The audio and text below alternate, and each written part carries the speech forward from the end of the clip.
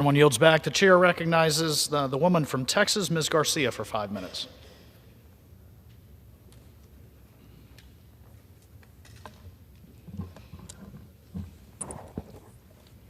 Thank you, Mr. Speaker.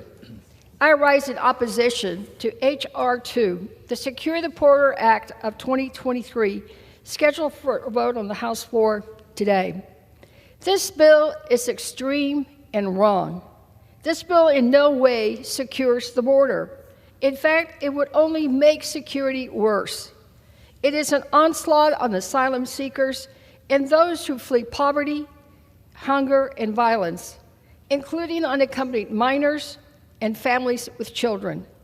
It exploits challenges on our border for political points and adds to the human suffering of those who come to our country seeking safety and a better life. It's also about putting politics over people. We all expect our government to effectively manage our borders and thoroughly vet those who seek to enter as refugees, to join their family already in the country, or to work. We all agree on that. But instead, what we see is children are in danger, families are separated or detained, and people are dying. We need reform, and we need it now. The last time Congress passed immigration reform was in 1996, 27 years ago. This Republican-led bill eliminates several legal immigration pathways, essentially making fewer people eligible for legal status while making more people deportable.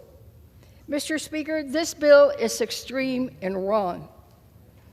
But again, session after session, we talk about reform, but nothing ever passes, not without a single immigration law update, again, since 1996. Time and time again, Republicans blocked meaningful legislation for safe and legal immigration from moving beyond this floor. Our job as public officials is to serve and protect our constituents, but we have been failing them for 27 years. House Republicans focus solely on immigration as a border issue, providing billions of dollars in so-called border security, building walls, increasing personnel, and rapid expulsion policies. But that hasn't worked, has it? The promised security involves a militarized border, wasting the taxpayers' money, and increased violence for those seeking asylum.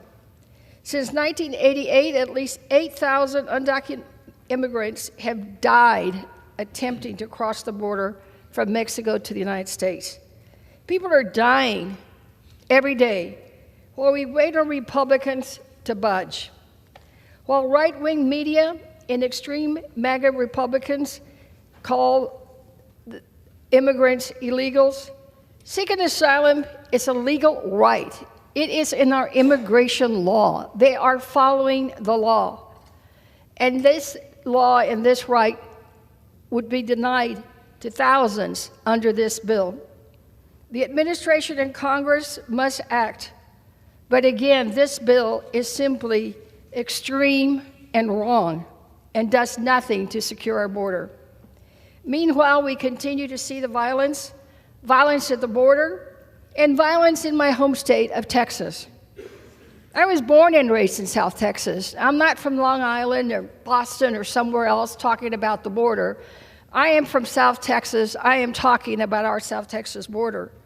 Over the weekend, it was heartbreaking to see that 8 people were killed and 10 injured when a vehicle was driven into a group of people waiting in line at a migrant shelter in South Texas.